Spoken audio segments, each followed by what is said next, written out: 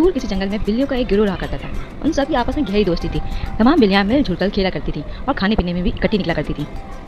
सर्दियों के मौसम का आगाज हो गया था और बाहर ठंड की शिद्दत बढ़ने लगी थी। ऐसे में बिल्लियों को घर से निकलना महार लगने लगा, लेकिन उन्हें पेट भरने की खातिर जाना पड़ता था। बिल्लियों में एक बिल्ली जिसका नाम मन्नू था, कदर सुस्त थी। वो रोजाना सोचती कि आज किसी न किसी तरह से बाहर ना जाना पड़े और घर बैठे ही उसे खाना मिल जाए, लेकिन सबके बार बार कहने पर उसे साथ जाना पड़ता।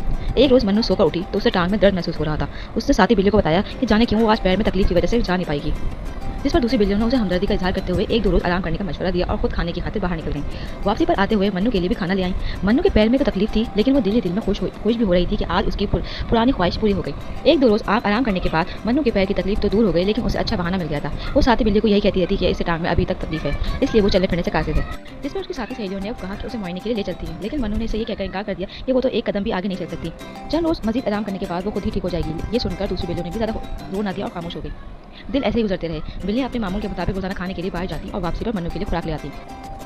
शाम को वो सारी बिल्लियां खेलने के लिए बाहर जाया करती। उस वक्त मन्नू घर में बिल्कुल अकेली होती। उसका भी दिल करता कि वो भी उनके साथ खेलने जाए, लेकिन ऐसा करने सूरत में उसका पोल खुल जाता और मजीद चंद रोज बिस्तर पर गुजारना बहुत मुश्किल हो जाता। उसे फरागत के ये दिन बेहद पसंद आ रहे थे। एक रोज मामूल के मुताबिक सभी बिल्लियां खेलने के लिए बाहर गई हुई थी। मन्नू बिस्तर पर मजे से लेटी थी कि अचानक उसे गोश्त की बू आई। उसने फौरन कान खड़े कर लिए और खिड़की से सर निकाल कर देखा।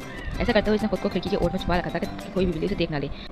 अब जो इसने गोश्त की तलाश में नजर दौड़ाई तो क्या देखती है कि दरख्त के नीचे एक लड़का किसी जानवर का गोश्त फेंक रहा है। ये देखकर मन्नू के मुंह में पानी भर आया। वो जल्द अज जल्द गोश्त तक पहुंचना चाहती थी। ताज़ा गोश्त देखते ही इसके मुंह में पानी भर आया और मुंह में मजीद इजाफा हो गया।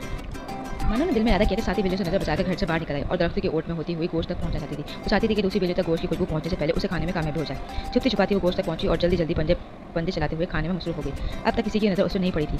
सारा गोश्त खत्म करने के बाद वो बेहद खुश थी और चाहती थी कि यूं ही चुपके से साथी बिल्लियों के वापस आने से पहले वो घर पहुंच जाए। बिल्लियों के वापस आने में चंद मिनट ही बाकी थे, इसलिए मन्नू दरख्त की ओट में छुपकर आहिस्ते से जाने के बजाय भागती हुई घर की जाने गई। जल्दी में वो इस बात से बेखबर थी कि थोड़ी ही दूर खेलती साथी बिल्लियां मन्नू को भागते हुए देख चुकी थी। वो दिल में मन्नू से शदीद खफा हो चुकी थी और इसी दौरान बेदबाजी में भागती मन्नू का पैर एक बड़े खतरे से टकराया और वो कराती हुई जमीन पर गिर पड़ी। साथी बिल्लियां दूर खड़ी अफसोस से मन्नू को देख गई, समझ गई थी कि मन्नू को अपनी सजा खुद ही मिल चुकी है।